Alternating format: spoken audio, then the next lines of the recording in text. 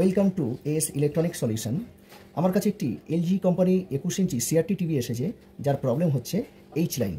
তো আমরা টিভিটা অন করে প্রবলেমটাকে খুব ভালো করে দেখে নিই।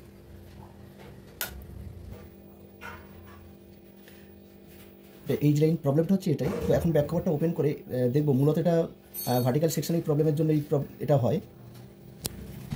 টিভির ব্যাক কভার ওপেন করে নিয়েছি।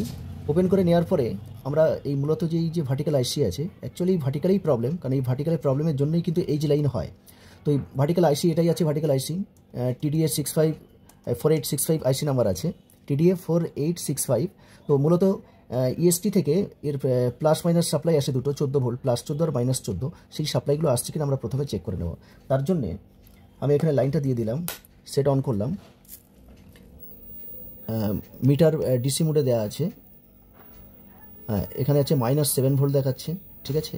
অর্থাৎ এখানে কিন্তু থাকার কথা +7, তো এখানে আমি পাচ্ছি -7 ভোল্ট। তো এখানে নেগেটিভ ভোল্ট পাওয়ার কথা, এটা ঠিক পাচ্ছি, ঠিক আছে।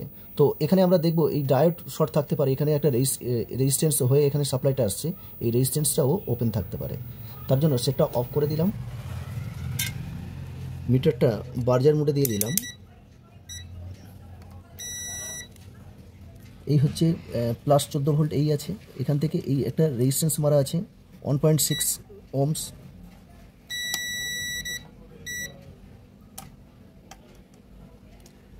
রেজিস্ট্যান্সটা সম্ভবত ওপেন আছে, আমাকে খুলে তারপরে মেপে দেখতে হবে।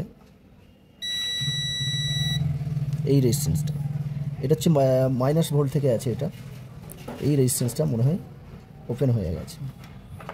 রেজিস্ট্যান্সটা ওপেন করে নিয়েছি, এখান থেকে এখানে মারা ছিল। তো রেজিস্ট্যান্সটা মেপে দেখছি পুরো রেজিস্ট্যান্সটা ওপেন হয়ে গেছে।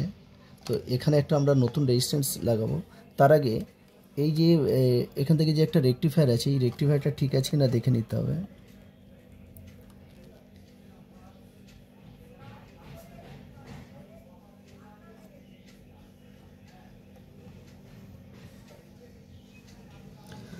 রেকটিফায়ার ঠিক আছে।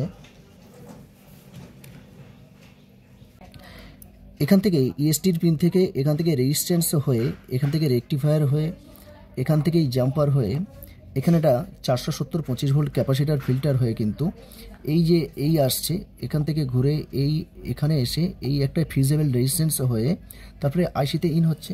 তো এখানে আমরা সেই সাপ্লাইটা আমরা নেগেটিভ ভোল্টেজ পাচ্ছিলাম। এখানে থাকার কথা কিন্তু পজিটিভ 14 ভোল্ট, কিন্তু আমরা পাচ্ছি নেগেটিভ -7 ভোল্ট পাচ্ছিলাম, ঠিক আছে, নেগেটিভ ভোল্ট পাচ্ছি।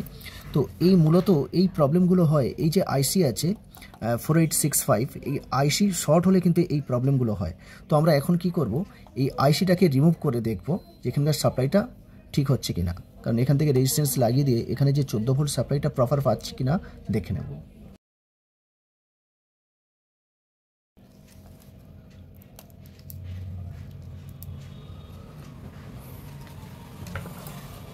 ওয়ান ওহমস লাগাবো, 1 ওহমস 1 ওয়াট।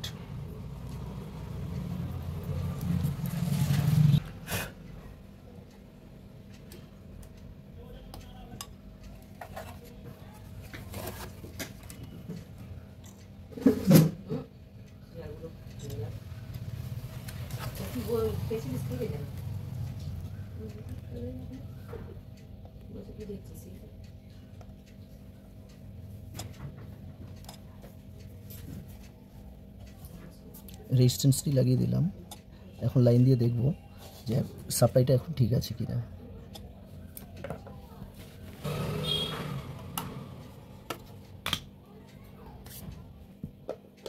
রেজিস্ট্যান্স লাগিয়ে আমি সেট অন করে নিলাম।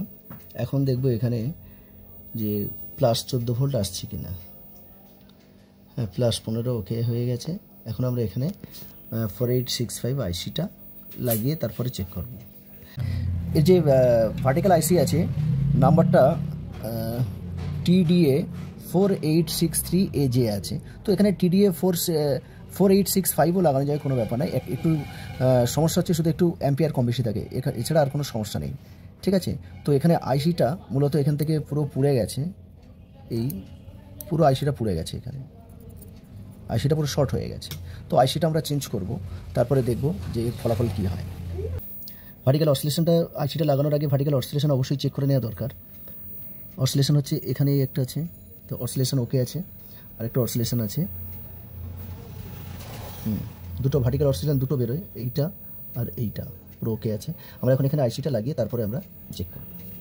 ভার্টিক্যাল আইসি 4865 এখানে লাগিয়ে দিয়েছি, লাগিয়ে দিয়ে এবার আমি লাইনটা দিয়ে দেখবো যে এখানে যে সাপ্লাইগুলো দরকার ছিল সেগুলো ওকে আছে কিনা। লাইন দিয়ে দিলাম, এখানে -15 ভোল্ট 13 ভোল্ট ওকে আছে, তো এখানে আছে 14, এটা 13 ভোল্ট ওকে আছে, তো সাপ্লাই ওকে গেছে, ভার্টিক্যাল অসিলেশনও ওকে আছে। তো এখন দেখবো যে ডিসপ্লে এসেছে কিনা, ছবি কোনো লাইট টাইট কিছু এসেছে কিনা। ডিসপ্লে ওকে হয়ে গেছে, টিভিটি রেডি হয়ে গেছে। ভিডিওটি ভালো লাগলে লাইক, শেয়ার ও কমেন্ট করো, আর চ্যানেলটিকে সাবস্ক্রাইব করে নিন।